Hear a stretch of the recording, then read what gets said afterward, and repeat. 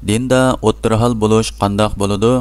Ikkaramning ustozi Alloma shayx Imom Muhammad bin Salih al-Usayminning Risolalar va fatvolar to'plami 1-jild 42-bet dunyoga mashhur ahli sunnat fatvolar to'rbeti islom savol javoblari to'rining Uyg'urcha sahifasidan elindi.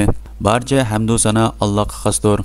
Dinda o'ttirhal bo'lish deganlik Alloh belgilagan chekdan eshib ketmaslik va chiqib ketmaslikni, shundaqla uningga sal qaramaslikni, ya'ni Alloh belgilagan chekdan kamaytib o'tmaslikni ko'rsatadi.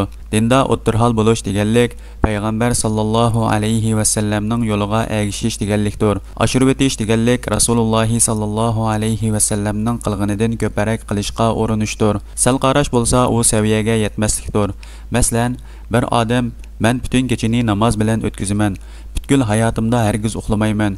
Chunki namoz eng yaxshi ibodatlarning biri. Shunga men barliq kechani namozda o'tkazmoqchiman" deydi. Biz deymiz, bu Allohning dinida haddidan oshganlik. Bu to'g'ri emas. Buningga o'xshash ishlar payg'ambar sallallohu alayhi va sallamning vaqtida yuz bergan. Bir qancha kishilar yig'ilib, ularning biri "Men kechida namoz o'qiyman, hargiz uxlamayman" degan.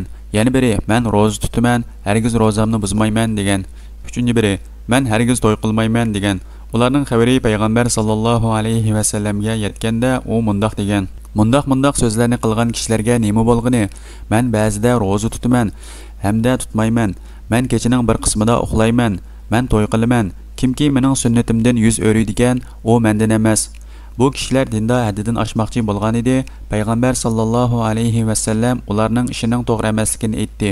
Chunki ular uning ba'zida roza tutish, ba'zida tutmaslik, kechida namoz o'qish va uxlash hamda to'y qilishdan iborat sunnatidan o'zlarini tortmoqchi bo'lgan edi. Kamaytib o'tkichi bo'lsa, "Men Rasululloh sallallohu alayhi va sallam qilgan nafl amallarni qilmasammi bo'ladi?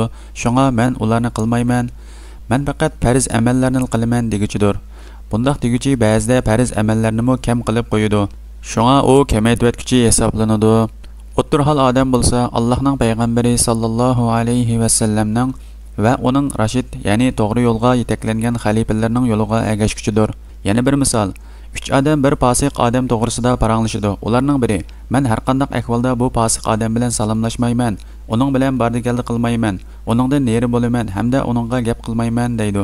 Ikkinchisi "Men har qanday ahvolda bu fosiq odam bilan birga mengayveraman, uning bilan salomlashayveraman, uningga xush tabassum qilayveraman, uni uyimga taklif qilaman hamda u chaqirgan yerga berayveraman. U menga nisbatan taqvo odamga o'xshash" deydi. Uchinchisi "Men bu fosiq odamni buzuq ishlar uchun o'ch ko'raman, biroq men uni aqidasi, ya'ni musulmon ekanligi nuqtasidan yaxshi ko'raman.